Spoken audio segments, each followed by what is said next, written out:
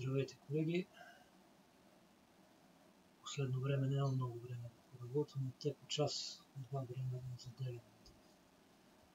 Като цяло бавно върви, но поне повърхността започна да се изчиства. Може бях направил едни глупости с едни движения, които бих измислил, ама се оказа, че не съм ги измислил.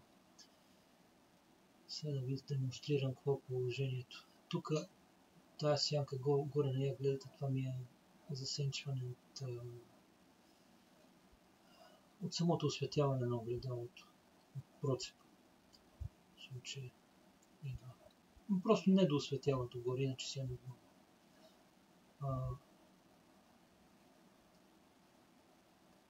Като цялото така се движат нещата. Започвам вече да формирам центъра като хората. Тук по средата все още има неравности, които мисля, че като продължа да работя ще се коригират.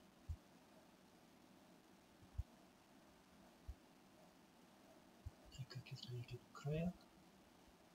Все още имам проблем тук по ръба и съм решил да пила с 50%. Аз направих шлифовалник под размера, 50% от диаметъра и да пила фактически на 50% от радиус. Така, за да мога да смъкна този гръб тук. Но вече ръба се оправи, тук нема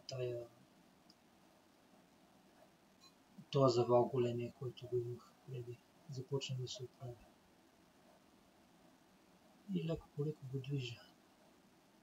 Сега резултатите. Как са? Като цяло трябва да пила по периферията. Това тия гърбове трябва да ги смъквам. Лошото е, че като почнеш да пилиш тук, то всичко почва да мърда и става манджастрик, да се казва. Но се напредва се. Тук стоят нещата, това трябва да го пия. Като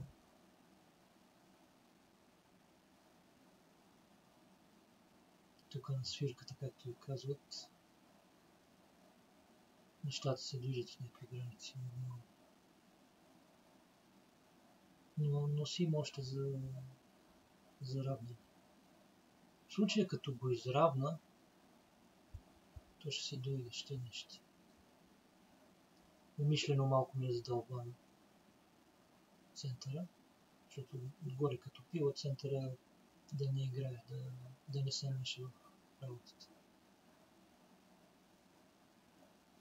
Как стои тук на Surface. Не смея агресивно да работя по един час работя и проверявам, за да не направя някаква пакост като предния път. Ето го бех нашарал, ама оправи се някакво беше. Така. Но трябва да си му се заделя време, аз съм в последно време нямам много време да му заделя. Тук тази зона не ми харесва, но мисля, че се изчисти като се смъкне този гриб тук. То ще докача и нещо ще оправи. Така. По показатели почва да отчита добре.